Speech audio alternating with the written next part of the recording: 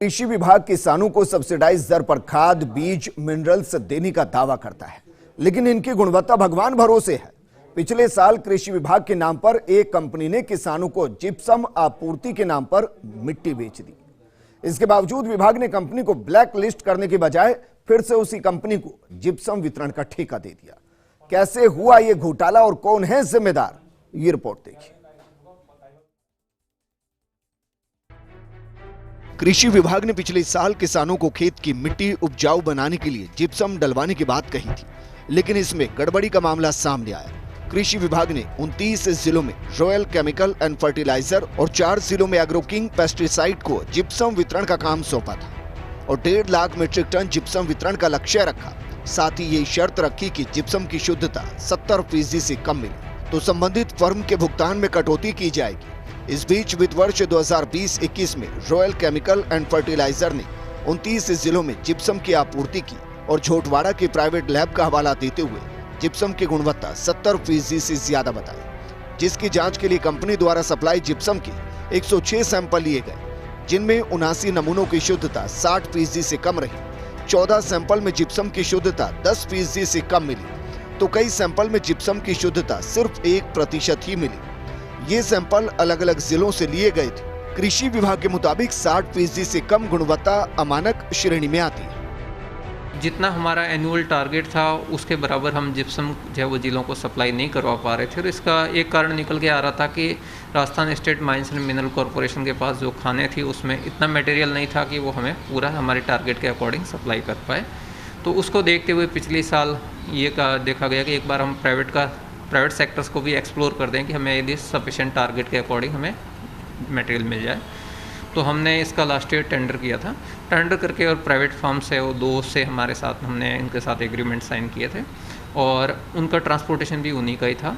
और last year जो supply हुआ, जैसा आप कह रहे हैं कि कई सारे ऐसे केसेस मिले कि जिसमें अंदर में जितना हमें जिप्सम की स्टैंडर्ड जो कैल्शियम का कंटेंट होता है जो होना चाहिए था उससे काफ़ी कम कई केसेज में हमें निकला।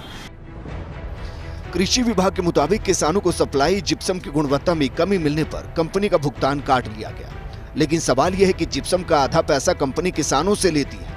ऐसे में अब किसानों से वसूले करोड़ों रुपए का हिसाब कौन देगा, क्योंकि ना तो कृषि विभाग ने कंपनी को किसानों का पैसा लौटाने को कहा, न कंपनी के खिलाफ FIR कराई। वहीं दूसरा सवाल यह है कि इस बार विभाग ने 60% से कम शुद्धता पर कंपनी को पेमेंट नहीं करने की बात कही है, तो ये प्रावधान पिछले साल क्यों नहीं जोड़ा गया। इस बीच इस वित्त वर्ष में 33 जिलों में 1.5 लाख मीट्रिक टन जिप्सम का वितरण होना है। 9 जिलों में राजफेड 34,500 मीट्रिक टन जिप्सम बांटेगा तो 24 जिलों में फिर से Royal Chemical and Fertilizer Company ही 1.15 लाख मीट्रिक टन जिप्सम का वितरण करेगी। इसके लिए कंपनी को 1597 से 2570 प्रति मीट्रिक टन की दर से भुगतान होगा। टारगेट पूरा हुआ तो इस साल कंपनी को 20 करोड़ का भुगतान किया जाएगा। हालांकि कृषि विभाग का कहना है कि इस बार जिप्सम सरकारी कंपनी RSMML का होगा, निजी कंपनी केवल ट्रांसपोर्टेशन करेगी। लेकिन नियम के अनुसार पिछले गलतियों के लिए विभाग को कंपनी ब्लैक लिस्ट करनी चाहिए थी और किसानों से धोखाधड़ी के मामले में कंपनी पर FIR भी दर्ज होनी चाहिए थी। देखिए, पहले तो किसी भी केस में 1% की कोई कैल्शियम कंटेंट नहीं आया है, कंटेंट कम था, पहली बात। दूसरा है कि हर साल आपका टेंडर की जो कंडीशन है उसके अकॉर्डिंग आप एक्शन लेंगे, आप मनमाने तरीके से कार्रवाई नहीं कर सकते। जो लास्ट ईयर का टेंडर था उसमें ये कहा था कि इस कंटेंट से 70% का हमने कैल्शियम मांगा था, उससे नीचे जितना जाता है उसका प्रोपोर्शनेट पैसा कट होगा, तो जितना % कम होगा उसी के प्रोपोर्शनेटली पैसा कट हो जाएगा।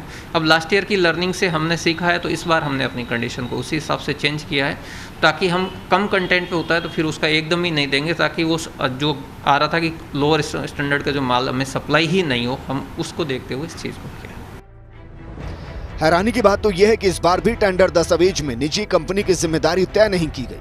टेंडर दस्तावेज में बिंदु 2 पर प्रोजेक्ट प्रोफाइल और बैकग्राउंड इंफॉर्मेशन सेक्शन में अलग अलग एजेंसियों की भूमिका तय की गई।